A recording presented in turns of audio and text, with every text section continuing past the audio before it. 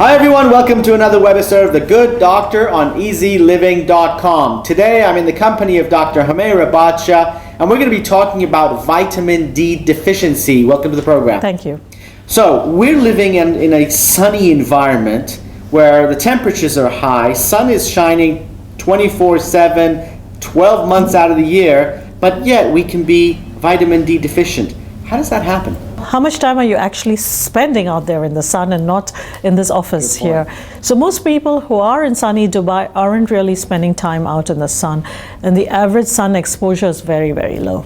Add to that other cultural practices in the Middle East, such as a lot of people who live here do not actually wish to expose themselves to the sun.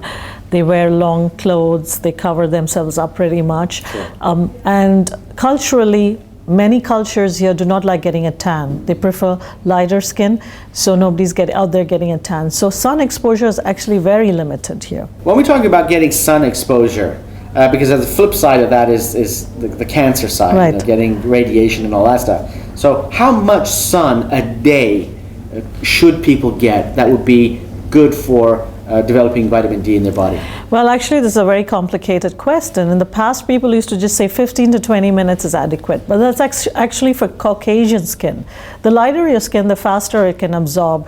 But people who have darker or pigmented skin, we actually have natural sunscreen. So it's blocking the sunlight or the UV light out, and hence it takes longer for you to absorb what you need. So vitamin D is actually present in our skin in an inactivated form, and when the ultraviolet light hits our skin, it gets activated.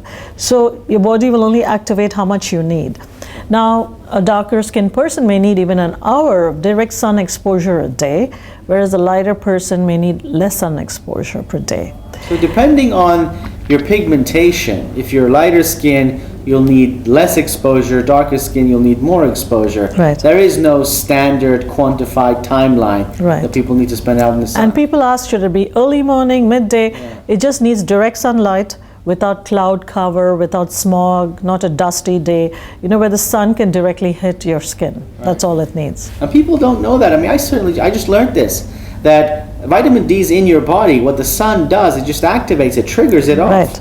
Exactly. Right. Okay, so we talked about the natural sources of ways of getting vitamin D. What about other means, for example, vitamins and vitamin D pills and etc.? Yeah. So from food, let's talk about food. Food is not a great source of vitamin D because it's already in your body and it just needs the activation from the sun. But there are certain foods which can give you some vitamin D, which is fish especially, and you've heard of fish oils. So there are supplements, cod liver oil, fish oil. These are rich in vitamin D, and the daily requirement is actually between 1,000 to 2,000 IU per day, international units per day. In the old days, we used to think it was 400 IU, and we progressively kept increasing the daily requirement till we now find that people actually need more vitamin D, and there's still more and more understanding going into this.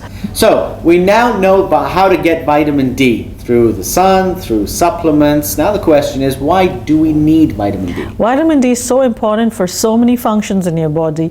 The most important, of course, is helping us absorb calcium from our gut and putting it into your bones. So bone and muscle functioning is really, really important and dependent on vitamin D.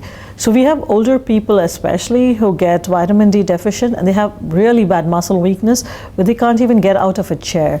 We have here in Dubai, we've seen people who have multiple kids and do not know that they're vitamin D deficient, and young women cannot get out of a chair because their muscles are so weak. But besides your skeletal muscle and bone, it's also important for your heart. Your heart has muscle. Cardiac muscle needs vitamin D to function and pump. Your intestines need vitamin D. It also is very important for cancer prevention.